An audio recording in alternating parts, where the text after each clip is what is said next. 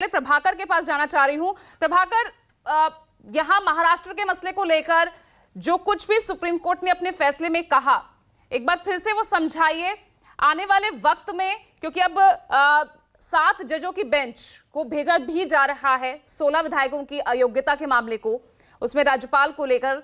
तो अब इस मामले पर किस तरह से आप देख रहे हैं और महाराष्ट्र की सियासत पर आने वाले वक्त में इसका कितना असर पड़ता हुआ नजर आ रहा है?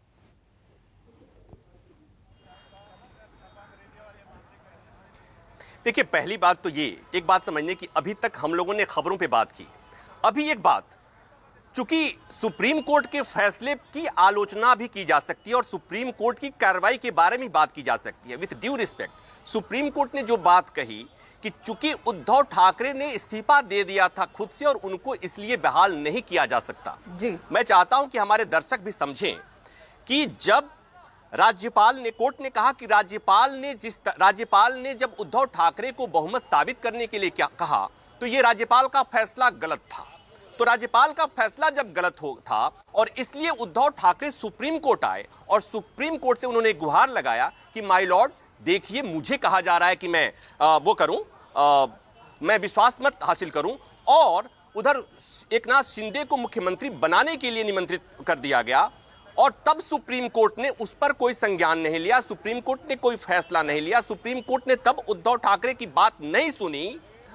और इसके बाद जब उद्धव ठाकरे को लगा कि देश की सबसे बड़ी अदालत ही मेरी बात नहीं सुन रही है, तो उनके पास इस्तीफा देने के अलावा और विकल्प क्या हो सकता है। जो भी महाराष्ट्र की सियासत और उस समय की स्थिति को समझते होंगे और खासकर उस समय राज्यपाल की भूमिका और राज्यपाल की अति सक्रियता जो लोग देख रहे होंगे, वो समझ सकते हैं कि जिस मनस्थिति में उस समय उद्धव ठाकरे थे, उनके पास शायद और कोई विकल्प नहीं बचा था। तो मतलब इसे ऐसे समझिए, आपने कहा कि अगला महाराष्ट्र की सियासत में इसका असर क्या होता। एक गाना था कि तुम्हारी भी जय जय हमारी भी जय जय, न तुम हारे न हम हारे। महाराष्ट्र के मामले में सुप्रीम कोर्ट के इस फैसले का मतलब बस इतना है कि सुप्रीम कोर्ट ने कह दिया कि उद्धव ठाकरे ठीक थे, उद्धव ठाकरे से एक गलती हुई कि उन्होंने इस्तीफा दे दिया, लेकिन साथ ही साथ उन्होंने ये भी कह दिया कि ये जो सरकार को दोबारा बहाल नहीं किया जा सकता। तो मतलब ये कि अब सियासत में शिंदे कहेंगे कि हमें सुप्रीम कोर्ट की हरी झंडी मिल गई, उद्धव ठाकरे कहेंगे कि राज्यपाल की भूमिका पर सवाल खड़ा किया गया,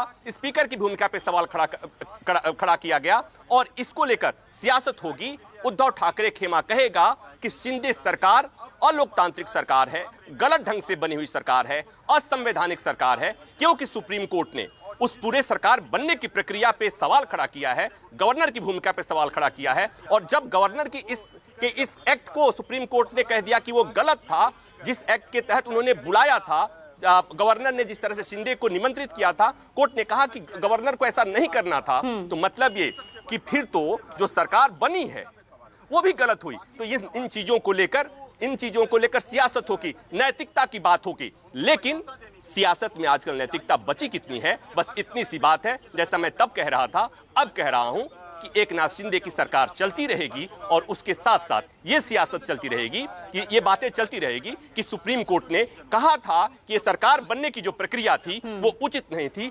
असंवैधानिक थी, वो गलत थी, राज्यपाल की भूमिका गलत थी। राज्यपाल ने उद्धव ठाकरे को बहुमत साबित करने के लिए बुलाकर गलत किया, एकनाथ शिंदे को मुख्यमंत्री बनने के लिए निमंत्रित करके गलत किया।